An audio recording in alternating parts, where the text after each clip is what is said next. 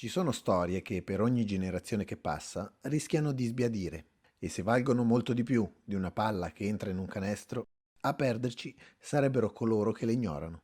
Per imparare da esse, sta a noi far vivere queste storie il più a lungo possibile. Detto questo, cominciamo.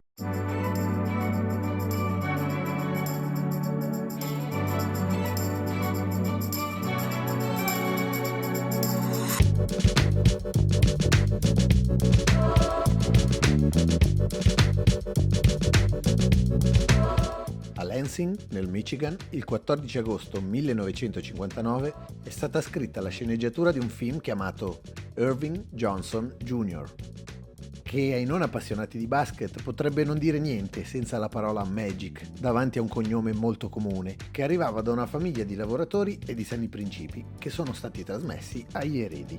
Mentre imparava a vivere, il piccolo Junior palleggiava. Per ogni cosa da fare aveva a disposizione una mano sola, perché nell'altra ci doveva essere il pallone da basket. Se nevicava, si svegliava presto la mattina e da solo spalava la neve per poter giocare. E questo non gliel'ha trasmesso nessuno. Irving aveva già creato la sua fama sui playground e questa lo aveva preceduto ancora prima di iniziare il liceo di Everett. Un giorno il giornalista Fred Stabley dello State Journal gli disse: Irvin, dobbiamo darti un nome. E aggiunsi, Big E è già usato per Irvin Hayes e Dr. J per Julius Irvin. Che ne dici di Magic? E lui disse, per me va bene, signor Stabley. Non pensavo che sarebbe durato. Infatti, la parola Magic da quel momento sostituì il suo nome di battesimo. Vince il campionato statale. Va nell'università dove ha sempre voluto giocare, la Michigan State University, con la possibilità di giocare come meglio credeva. Un playmaker di 2-0-2 inafferrabile, un leader nato e che non ha deluso le aspettative. Anzi, tanto da rimanere un anno in più per poterlo raggiungere, battendo il suo storico rivale nella prima delle loro sfide infinite. Ma di questa storia ne parleremo a parte. Un giocatore che predestinato è dir poco. Infatti, la sceneggiatura non poteva che continuare a Hollywood. Alla vigilia della sua prima partita non imporrei mai a una matricola di qualsiasi sport di parlare con te. Ma voglio che sappiate che quest'uomo ha un sorriso che illumina lo schermo da qui a Bangor, nel Maine. Il suo nome è Magic Johnson. Magic, è un piacere averti a bordo della NBA. La tranquillità di sapere esattamente quello che faceva e la felicità dovuta al fatto di poterlo fare hanno creato l'immagine del suo volto conosciuta da tutti, quella con il sorriso. Un sorriso vero, accogliente e naturale, che spariva totalmente quando entrava in campo, ma che continuava sui volti dei tifosi e non solo quelli dei Lakers. Dopo il primo anno, tutti gli avversari avevano già capito il suo modo di giocare, ma non capiranno mai come fermarlo. Un creatore di gioco così alto e comunque veloce come non si era mai visto e mai si vedrà più. Uno spettacolo da prima serata, non per divertire e basta, ma per l'unico fine immaginabile da Magic: vincere. I suoi assist sono stati decisamente il marchio di fabbrica.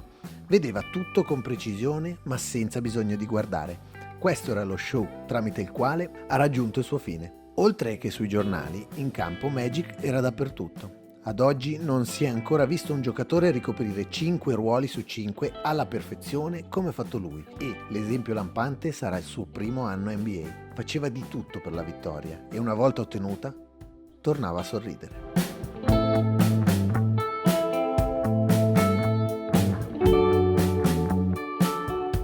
La prima partita ufficiale di regular season viene vinta dai Lakers grazie allo skyhook di Kareem Abdul-Jabbar all'ultimo secondo. Magic quasi lo strozza dalla felicità, ma Kareem lo avvisa. Così lui mi ha portato nello spogliatoio e mi ha detto: senti Irvin, non lo fare più. Abbiamo davanti ancora 81 partite, quindi... Giusto, ma non sapeva che non si sarebbe potuto cambiare quell'atteggiamento. Non sapeva che l'esuberanza di quella matricola era anche la sua forza, ma soprattutto diventò il traino di una squadra a cui mancava quell'entusiasmo. È stato la prima matricola di sempre a partire in quintetto all'All-Star Game. Arrivati ai playoff, trascinò la squadra fino alle finali diventando sempre più decisivo. Le finals però erano uno scontro diretto tra Dr. J e Kareem, le due grandi stelle. Magic aveva il ruolo di caricatore dell'arma chiamata Kareem Abdul-Jabbar. In gara 5 sul punteggio di 2-2 il copione è lo stesso: Magic, Karim, canestro. Ma il destino regalò una brutta sorpresa. La stella di LA si fa male. Magic si prende la squadra sulle spalle e riesce a tenerla a galla, fino al suo rientro che coinciderà con la vittoria e la possibilità di chiudere i giochi a Filadelfia.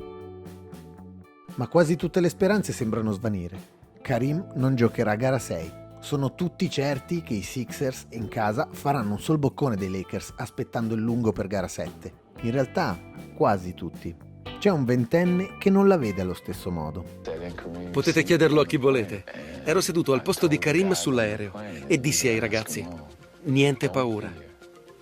Qui c'è il 32.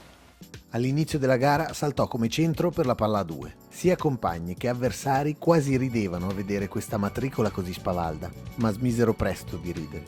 42 punti, 15 rimbalzi e 7 assist. Predominio totale. Doveva essere ed è stata la sua serata. Quella serie di finali è stata l'unica a vedere un giocatore stare in tutte e 5 le posizioni del campo. Anello numero 1. Il primo rookie a diventare MVP delle Finals. Questo è stato il suo biglietto da visita alla NBA e lo show era solo all'inizio.